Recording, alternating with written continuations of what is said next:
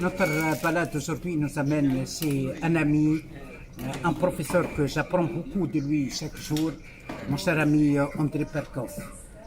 Merci beaucoup André de nous accepter malgré l'agenda chargé. Merci beaucoup, c'est un honneur de vous voir. Merci à vous.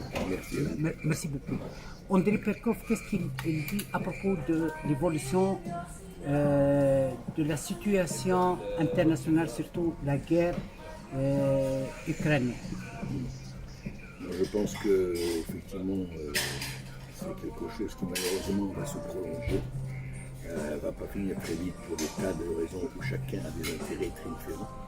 L'Amérique, la Russie, l'Ukraine. Il ne faut pas oublier quand même que c'est la Russie qui a envahi l'Ukraine. Mais il reste que les conséquences économiques pour l'Europe, par exemple, pour ne parler que le reste, va être énorme.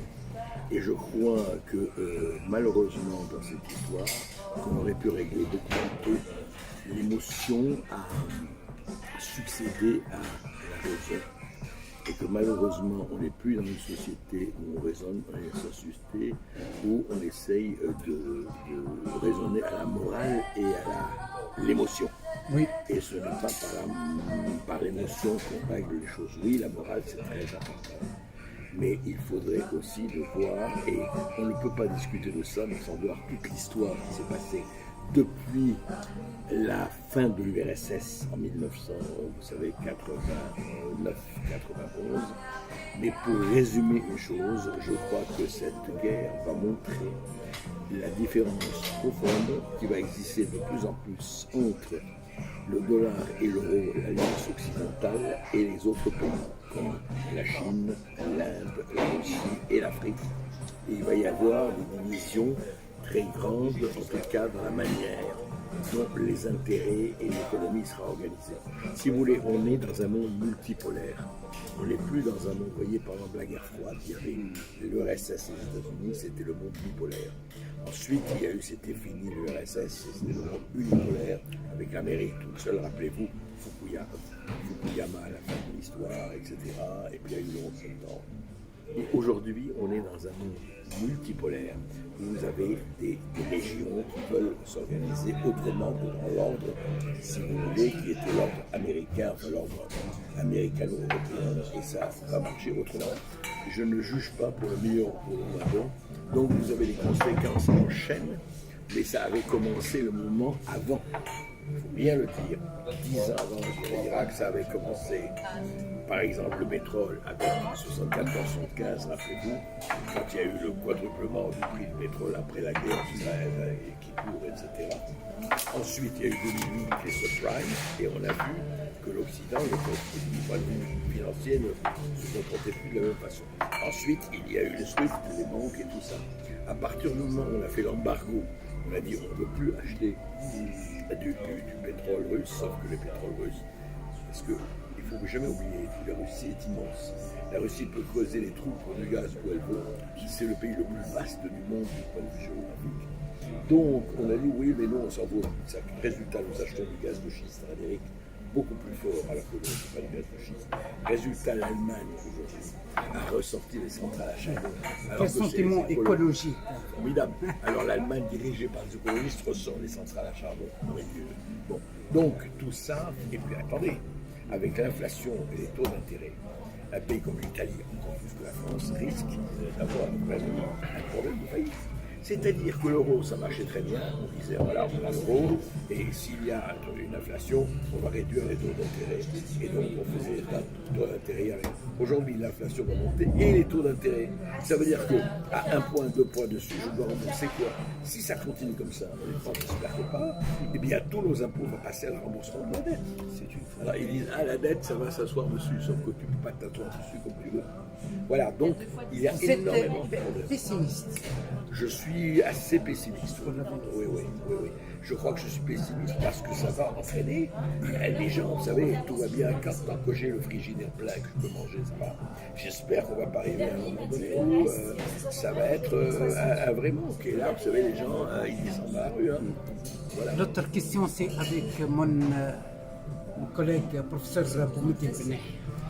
André Perkov, justement, on continue un petit peu cette discussion sur cette première question autour de l'actualité de la guerre en Ukraine et les impacts dramatiques et commensurables Risque d'être sur le grave. monde, et notamment peut-être permettez de revenir un petit peu à la France, parce que la France actuellement, sous la présidence de Macron, qui est, je crois, il y a quelques jours, en tant que président de l'Europe, la Commission européenne, représentation de la France, et ce dernier voyage avec un réveil, si vous voulez, j'aille très très vite avec un réveil aujourd'hui après des législatives assez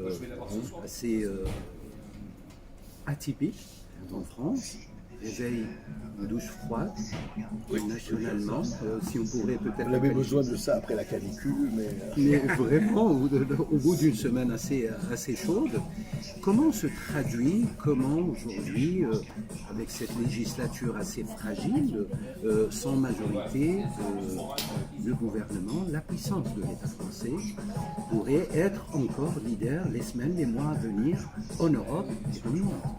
d'abord, la présidence française de l'Europe est en train, vous l'avez dit, exactement de s'achever. Deux choses d'abord, je pense que Macron aurait dû dire, et comme je suis en campagne électorale, vraiment je pense ça, il aurait dû dire, c'est la présidence de l'Europe, je la prendrai après, maintenant je dois m'occuper de ma réélection. Alors, il a été réélu. Le problème, c'est qu'il a dit aux Français qu'il semblait s'occuper de la France, de l'Europe, beaucoup plus que de la France. Et son escapade chez Zelensky n'a rien arrangé. Il savait très bien qu'il y avait des problèmes. Il savait très bien, au lieu d'être là avec les Français, il est allé voir, oui, Zelensky, je vous accorde, je vous en passe. Deuxièmement et surtout, on arrive au bout d'un cycle. Ce cycle-là, je crois que maintenant il faut le dire, c'est un cycle qui date il y a presque 60 ans. Quand De Gaulle a fait la Constitution, il l'a fait pour lui, et c'était à sa taille.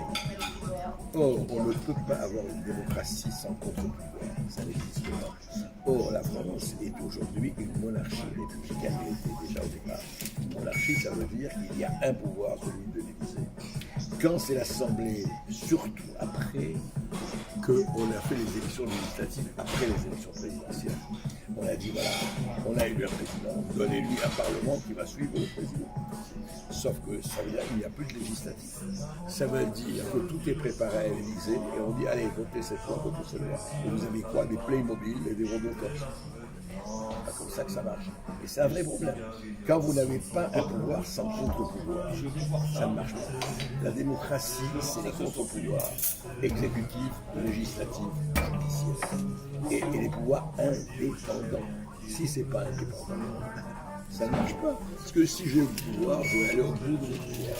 Donc actuellement, c'est vrai qu'il faut vraiment revoir tout ça, changer d'élite et surtout recréer de vrais. Il est là la solution. Ils n'ont pas vu venir cette abstention qui est colossale. Bien sûr, et je ne sais pas, l'abstention existait encore. Ce qu'ils n'ont pas vu venir, c'est que les Français, qu'est-ce qu'il a pensé? Il a été réélu. Et ça va marcher. Il était persuadé, sauf qu'il ne voulait pas de Le Pen comme président. Mais ils veulent bien les 90 députés de Le Pen. Puisqu'il a fait 90 députés. Vous savez, les gens ne sont pas si imbéciles. Ils disent bon, d'accord, tu vas aller là, mais tu ne vas pas aller plus loin que ça. Et c'est une gifle. Et enfin, c'est une gifle, c'est plus que gifle. C'est qu'il nous faut des gens, encore une fois, qui ne raisonnent pas uniquement pour se faire réélire, qui raisonnent pour le peuple, pour la population. Voilà. Merci, merci, c'est un plaisir de te voir toujours, mon cher ami André Perkov. C'est un honneur aussi pour nous. Et on vous remercie. À la prochaine rencontre avec André Perkov. Au revoir.